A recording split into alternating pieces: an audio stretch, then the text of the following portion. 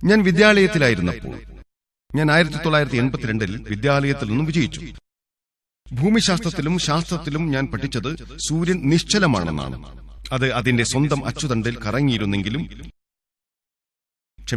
സൂര്യൻ സൗരയൂഥത്തിലൂടെ ചുറ്റി സഞ്ചരിച്ചിരുന്നെങ്കിലും അത് അതിന്റെ സ്വന്തം അച്ചുതണ്ടിൽ കറങ്ങിയിരുന്നില്ലെന്നാണ് ഞാൻ പഠിച്ചിരുന്നത്. അപ്പോൾ ഈ പശ്ചാത്തലത്തിൽ സൂര്യൻ നിശ്ചലമാണെന്നായിരുന്നു അർത്ഥമാക്കിയിരുന്നത്. ഖുർആൻ അധ്യായം 21:33 ഇപ്രകാരം പറയുന്നുണ്ട്: ഹുവല്ലസീ ഖലഖൽ ലൈല വന്നഹാറ വശംസ വൽ ഖമർ the sun and the moon കുല്ലുൻ ഫീ ഫലകി യസ്ബഹൂൻ. അവനത്രേ രാത്രി, പകൽ, സൂര്യൻ, ചന്ദ്രൻ എന്നിവയെ സൃഷ്ടിച്ചത്. ഓരോന്നും ഓരോ ഭ്രമണപഥത്തിലൂടെ നീന്തി സഞ്ചരിച്ചുകൊണ്ടിരിക്കുന്നു. ചലിക്കുന്ന വസ്തുവിന്റെ ചലനത്തെ സൂചിപ്പിക്കുന്ന സബഹ എന്ന അറബി പദത്തിൽ നിന്നുമാണ് യസ്ബഹൂൻ എന്ന പദം ഉത്ഭവിച്ചിരിക്കുന്നത്. നിലത്ത് നിൽക്കുന്ന ഒരു വ്യക്തിയോട് ഈ പദത്തെ ചേർത്ത് പറയുകയാണെങ്കിൽ അതിന്റെ അർത്ഥം അദ്ദേഹം താഴെ കിടന്ന് ഉരുളുകയാണ് എന്നല്ല, മറിച്ച് അദ്ദേഹം നടക്കുകയോ ഓടുകയോ ചെയ്യുന്നു എന്നാണ്. വെള്ളത്തിൽ കിടക്കുന്ന ഒരു വ്യക്തിക്ക് ഞാൻ ഈ പദം ഉപയോഗിക്കുകയാണെങ്കിൽ അതിന്റെ അർത്ഥം അദ്ദേഹം ഒഴുകുന്നു എന്നല്ല, അദ്ദേഹം നീന്തുകയാണ് എന്നാണ്.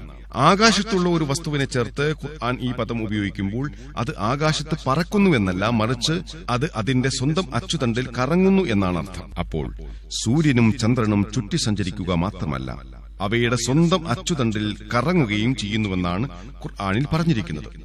ഇപ്പോൾ ശാസ്ത്രം പറയുന്നത് സൂര്യൻ സ്വന്തം അച്ചുതണ്ടിൽ കറങ്ങുന്നു എന്നാണ്.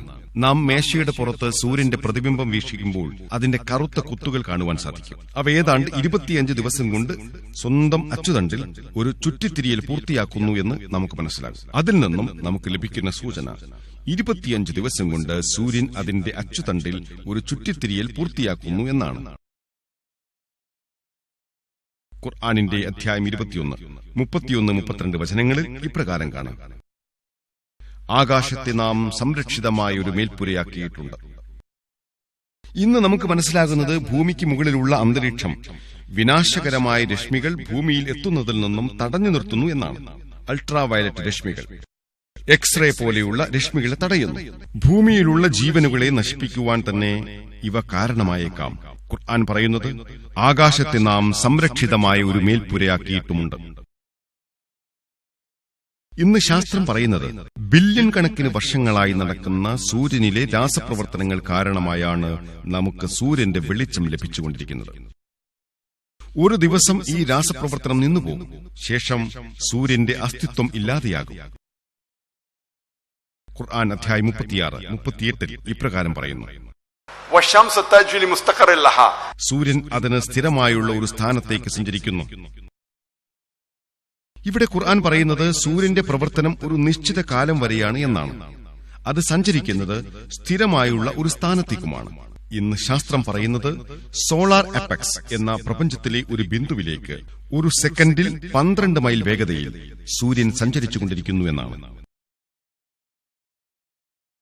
നമ്മൾ ഈ അടുത്ത കാലത്ത് മാത്രം കണ്ടുപിടിച്ച ഈ കാര്യം 1400 വർഷങ്ങൾക്ക് മുമ്പ് തന്നെ ഖുർആനിൽ പറഞ്ഞിരിക്കുന്നുവെന്ന് ഒന്ന് ചിന്തിച്ചു നോക്കൂ.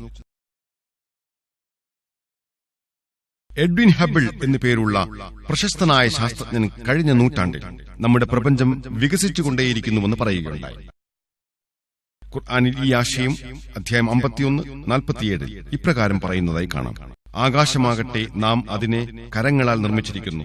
തീർച്ചയായും നാം വികസിപ്പിച്ചെടുക്കുന്നവനാകുന്നു. ഇവിടെ മുസിയൂൻ എന്ന അറബി പദമാണ് ഉപയോഗിച്ചിരിക്കുന്നത്. അതിന്റെ അർത്ഥം വികസിക്കുന്നതെന്നും വിശാലം എന്നുമാണ്. ചില ഇസ്ലാമിക വിമർശകർ ഇപ്രകാരം പറഞ്ഞേക്കാം: ഖുർആനിൽ ഖഗോളശാസ്ത്രത്തെ അഥവാ ജ്യോതിശാസ്ത്രത്തെ സംബന്ധിച്ച് പറയുന്നു എന്നതിൽ അത്ഭുതപ്പെടാനൊന്നുമില്ല. കാരണം അറബികൾ ഖഗോളശാസ്ത്രത്തിൽ പ്രാവീണ്യമുള്ളവരായിരുന്നു. അറബികൾ ജ്യോതിശാസ്ത്രത്തിൽ മുന്നേറിയവരായിരുന്നു എന്ന അവരുടെ അഭിപ്രായത്തോട് ഞാൻ യോജിക്കുന്നുണ്ടെങ്കിലും ഞാൻ അവരെ ഓർമ്മപ്പെടുത്തുവാൻ ആഗ്രഹിക്കുന്നത് ഖുർആൻ അവതരിച്ച് നൂറ്റാണ്ടുകൾ കഴിഞ്ഞപ്പോഴാണ് അറബികൾ ജ്യോതിശാസ്ത്രത്തിൽ മുന്നേറിയത്. ഖുർആനിൽ നിന്നുമാണ് അറബികൾ ഖഗോളശാസ്ത്രത്തെക്കുറിച്ച് മനസ്സിലാക്കിയത്, നേരെ മറിച്ചല്ല.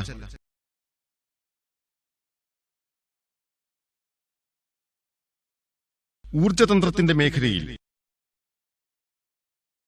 പരമാണു സിദ്ധാന്തം എന്നൊരു സിദ്ധാന്തമുണ്ടായിരുന്നു.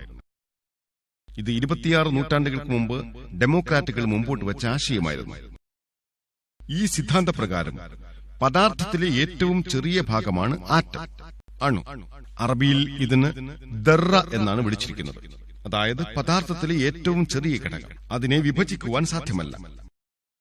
ഇന്ന് ശാസ്ത്രം പുരോഗമിച്ചതിനു ശേഷം നമുക്ക് മനസ്സിലാക്കുവാൻ സാധിച്ചത് പദാർത്ഥത്തിലെ എല്ലാ സവിശേഷതകളും അടങ്ങിയ ഏറ്റവും ചെറിയ ഘടകം അണുവാണെങ്കിലും അതിനെയും വിഭജിക്കുവാൻ സാധിക്കുമെന്നാണ്.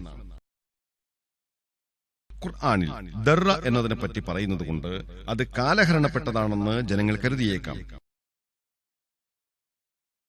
പക്ഷേ നാം ഖുർആൻ വായിക്കുമ്പോൾ അധ്യായം 34:3 ഇപ്രകാരം പറഞ്ഞിരിക്കുന്നതായി കാണാം. ഇതേ ആശയം തന്നെ അധ്യായം 16:61 ആവർത്തിച്ചിരിക്കുന്നതായി കാണാം. ആ അന്ത്യസമയം ഞങ്ങൾക്ക് വന്നെത്തുകയില്ലെന്ന് സത്യനിഷേധികൾ പറഞ്ഞു. നീ പറയുക, അല്ല, എന്റെ രക്ഷിതാവിനെ തന്നെയാണ് അത് നിങ്ങൾക്ക് വന്നെത്തുക തന്നെ ചെയ്യും. അദൃശ്യകാര്യങ്ങൾ അറിയുന്നവനായ ആകാശങ്ങളിലാകട്ടെ ഭൂമിയിലാകട്ടെ ഒരു അണുവിന്റെ തൂക്കമുള്ളതോ അതിനേക്കാൾ ചെറുതോ വലുതോ ആയ യാതൊന്നും അവനിൽ നിന്ന് മാഞ്ഞു പോവുകയില്ല.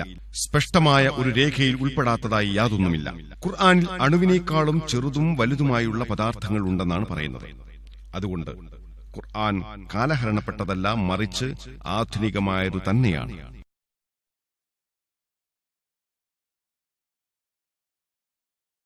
ജലശാസ്ത്ര മേഖലയിൽ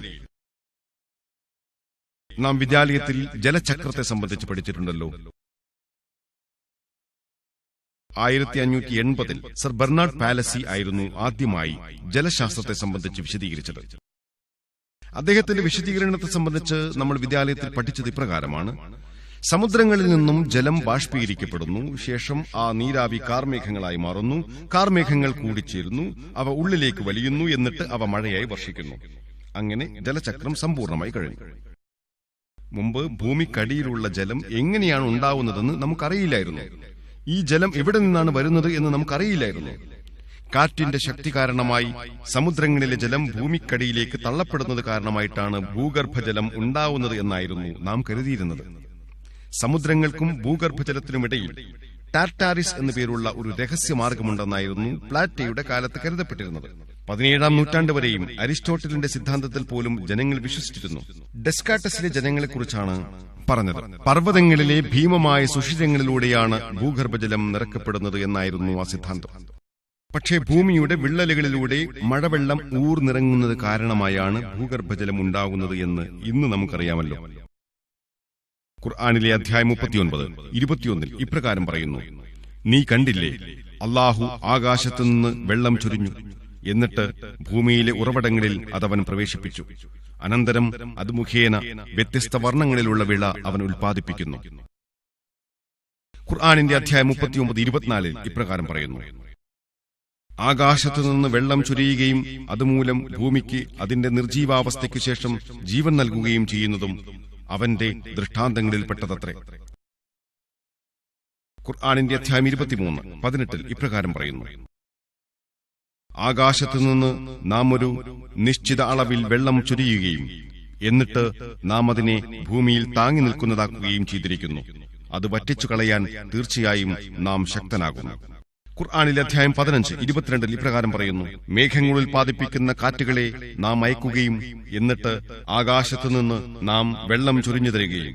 ഇവിടെ ഉപയോഗിച്ചിരിക്കുന്ന അറബി പദം ലവാഖ് എന്നാണ്. ഇത് ലഖഹ എന്ന പദത്തിൽ നിന്നും ഉത്ഭവിക്കുന്നു. അതിന്റെ അർത്ഥം ഫലസമൃദ്ധി വരുത്തുക, ഗർഭോത്പാദനം നടത്തുക എന്നൊക്കെയാണ്. ഇന്ന് ശാസ്ത്രം പറയുന്നത് മഴ വർഷിക്കാനുള്ള കാരണങ്ങൾ രണ്ടാണെന്നാണ്. ഒന്ന്, കാർമേഘങ്ങൾ തമ്മിൽ ചേരുമ്പോഴുള്ള സമ്മർദ്ദം. മറ്റൊന്ന്, കാറ്റിൽ സഞ്ചരിക്കുന്ന പരാഗങ്ങൾ കാരണമായി കാർമേഘങ്ങൾ മഴ വർഷിക്കുവാനായി ഫലവത്താവുകയും അഥവാ ഗർഭം ധരിപ്പിക്കുകയും അങ്ങനെ നമുക്ക് മഴ ലഭിക്കുകയും ചെയ്യുന്നു. 1400 വർഷങ്ങൾക്ക് മുമ്പേ ഇക്കാര്യം ഖുർആനിൽ പരാമർശിച്ചിരിക്കുന്നു എന്ന കാര്യം ഒന്ന് ചിന്തിച്ചു നോക്കൂ. ഖുർആനിൽ അധ്യായം 30:48 ജലചക്രത്തെ സംബന്ധിച്ച് പറയുന്നുണ്ട്. സമുദ്രങ്ങളിൽ നിന്ന് ജലം ബാഷ്പീകരിക്കപ്പെടുന്നത്, നീരാവിയാകുന്നത് എങ്ങനെയാണ്, കാർമേഘങ്ങൾ തമ്മിൽ ചേരുന്നത് എങ്ങനെയാണ്, എന്നിട്ട് അവ ഒരു കൂമ്പാരമായി മാറുന്നു, അവ ഉള്ളിലേക്ക് വലിയുന്നു, ശേഷം മഴയായി വർഷിക്കുന്നു. ഖുർആനിൽ വിശദമായി ജലചക്രത്തെ സംബന്ധിച്ച് നിരവധി സ്ഥലങ്ങളിൽ പറയുന്നുണ്ട്. ഖുർആനിലെ അധ്യായം 7:57, 13:17, 25, 48, 49, 35, 9, 36, 34, 50, 8, 9, 10, 5, 60